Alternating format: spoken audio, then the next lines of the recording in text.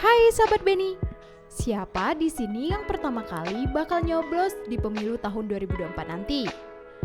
Coba like video ini kalau kamu salah satunya. Sebagai pengalaman yang pertama kali, mungkin ada perasaan bingung, khawatir, takut salah, atau kekhawatiran yang lain. Tapi buat kamu pemilih yang udah ke TPS memberikan suaranya setiap pemilu, kamu keren banget karena sudah menggunakan hak pilih kamu dengan baik. Tapi kalian pernah kepikiran gak sih siapa sebenarnya KPU, Bawaslu, dan DKPP yang sering kita jumpai logonya kalau pemilu udah dekat? Bener, mereka bertugas melaksanakan pemilu. Tapi kalau dipikir-pikir mereka termasuk lembaga negara apa ya? Apakah masuk lembaga eksekutif, legislatif, atau yudikatif? Terus, yang bikin lebih penasaran lagi, kan pemilu 5 tahun sekali. Kalau nggak masa-masa pemilu, 3 lembaga ini tugasnya apa ya? Nah, lembaga-lembaga penyelenggara pemilu apakah masuk ke dalam 3 lembaga kekuasaan negara? Jawabannya tidak, sahabat Beni. Lembaga penyelenggara pemilu disebut sebagai lembaga negara tambahan independen. Kita tahu sendiri kan kalau lembaga pemilu harus independen untuk menghindari penyalahgunaan oleh lembaga kekuasaan manapun. Lembaga penyelenggara pemilu di Indonesia memiliki nama Komisi Pemilihan Umum. Kalau kita baca lagi sejarah KPU, ternyata KPU sudah ada sejak tahun 1999.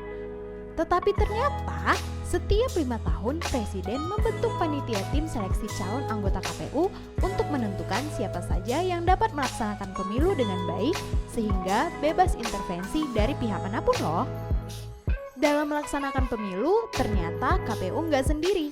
KPU didampingi oleh Bawaslu dan Dewan Kehormatan Penyelenggara Pemilu. Gimana ya pembagian tugas mereka? Kita bahas sama-sama yuk! KPU saat ini memiliki 7 orang anggota yang bertugas untuk merencanakan program, anggaran, dan jadwal pemilu. Dalam tugas ini, KPU perlu menyusun tim kerja yang tersebar di KPU, KPUP, KPU Kabupaten Kota, PPK, PPS, KPPS, PPLN, dan KPPSLN. KPU bertugas melakukan pendataan pemilih, mengumumkan hasil rekapitulasi, dan masih banyak lagi.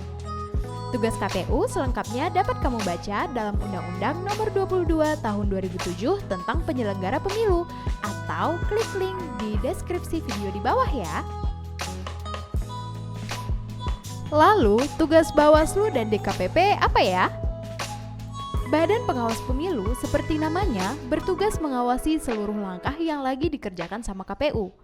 Mulai dari langkah persiapan pemilu, tahapan menjelang pelaksanaan, hingga pelaksanaan pemilu yang bertujuan untuk memastikan pemilu terselenggara dengan baik sesuai undang-undang dan jadwal yang telah ditetapkan.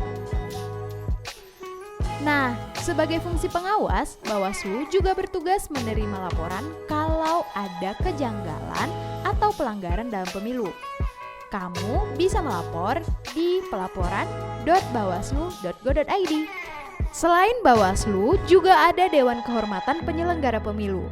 Kalau tugas Bawaslu mengawasi KPU, DKPP tugasnya memberikan sanksi kalau terbukti ditemukan pelanggaran dalam penyelenggaraan pemilu. Lembaga penyelenggara pemilu ngapain aja ya sebelum pemilu dilaksanakan? Tahap pelaksanaan pemilu itu prosesnya panjang banget sahabat Beni. Apalagi pemilu yang digelar 5 tahun sekali ini menentukan siapa saja orang-orang yang akan mengisi lembaga eksekutif dan lembaga legislatif. Yang artinya pelaksanaan pemilu harus menjamin hak pilih seluruh rakyat Indonesia terpenuhi.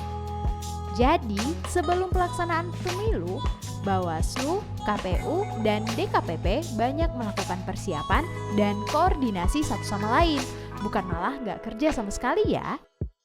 Begitu pula setelah pemilu dilaksanakan, KPU berperan menetapkan hasil pemilu di seluruh daerah di Indonesia, mengumpulkan dan menyusun bahan dan hasil pemilu, serta memimpin seluruh kegiatan pemilu. Yeay! Akhirnya kita udah tahu nih siapa saja yang menyelenggarakan pemilu di Indonesia. Tetapi yang paling penting adalah peran kita semua ikut memilih dalam pemilu dan menjunjung tinggi nilai luber dan jurdil. Sampai ketemu di video pembelajaran selanjutnya.